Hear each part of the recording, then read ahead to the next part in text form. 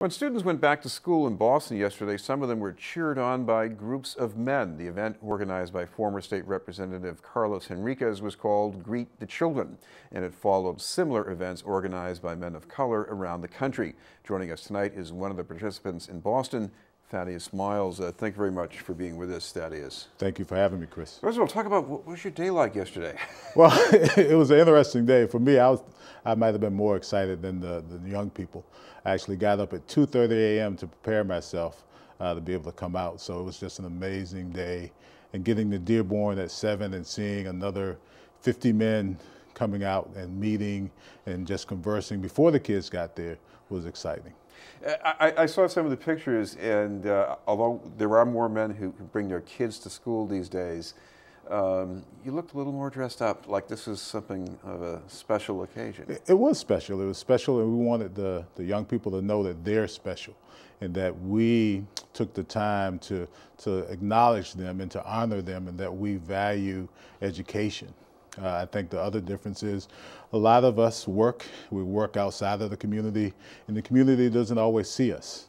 So those men that you saw out there in suits and ties were actually, that's their day. That's what they look like during the day. That's what they look like going to work. And that explains the thing for me, because I recognize a lot of these faces, yeah. And I don't readily place them right close to the school because I know them in other contexts. But it's true, they do live in these neighborhoods. Too. Absolutely, absolutely. They live in Roxbury, Mattapan, Dorchester, the South End. They're hardworking men that take care of their families and are committed to the community. What about some of the reactions from students or parents? The students, the smiles on their faces, even the ones that were shy, some of them tried to get around the group, but after they got halfway through the high fives, the smiles and the uplift, the ones that had their head down, their chest came up, the parents were loving it. I'm not sure who got more out of some of it, the students or the parents. It was just an amazing day. Well, one of the things that's very difficult to ignore here is that there is a difference between the men and the authority figures that children normally encounter in the school. And authority figures, they're more likely to be white, more likely to be female. So why is it important to have men of color in this position? Well, I think, one, the school is 76% minority, so that's important. I think, two, when I look at why I was there yesterday, I look at a couple of different things. Not only Carlos putting out the call, I should show up, but we have a new chief of education for the city. We have a new superintendent, and I trust, believe, and respect both of those men. And I felt like this was an opportunity for me as a man of color to show that I want to be part of Dr. Chain's culture of we. That's what he's cloned as the new school slogan, the culture of we. And we as minority men want to make sure that we are included in that process. And it's important for young men and young women of color to see us there supporting them, because we really cherish what they're trying to do, but we want to be part of their lives, and we are going to be part of the future of Boston Public Schools. So talk about what's this like for a boy, whether it's elementary or middle school especially, as a motivating factor. I mean, I had some great female teachers at all these different levels, but there's something about being able to look up to an older male. It's just something about being able to talk to somebody that looks like you, somebody that's probably had some of the same experiences as you, somebody that's achieved in their life, somebody that cares about you, period.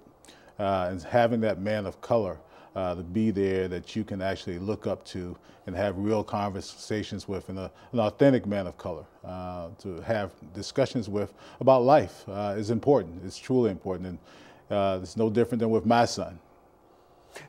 By the way, this also reminded me of some of the events that you had organized yourself recently in Roxbury, getting gatherings of people. What's the importance when you see all these other people coming out for something? Well, I think one is changing the narrative and the perspective of how people outside of the community see us in the community. This is the norm for a lot of us to see each other at different events because a lot of those people that attended yesterday, they're community activists. They work diligently in the community each and every day, and we know each other, we love each other, and we trust each other.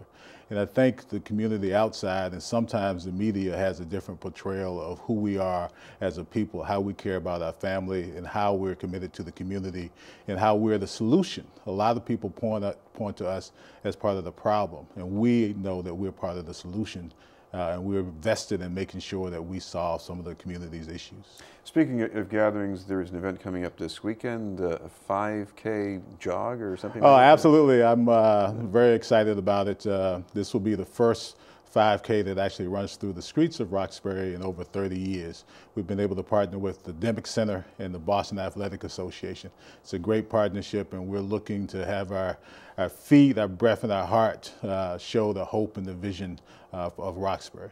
And I guess this is maybe some fundraising or just maybe for health? And part of it is for health, is to address some of the issues that are in the community that we, black men and others have, whether it's high blood pressure, whether it's some of the trauma that's occurring. But I think also it's just about the community itself. Demick raising some funds to help the amazing set of programs that they have. And me, as part of the HoodFit team, raising some funds for some scholarships of some young scholars in Roxbury. Thank you very much for being with us. Thank you, sir. Thaddeus Miles. In a moment, help for new businesses in the inner city.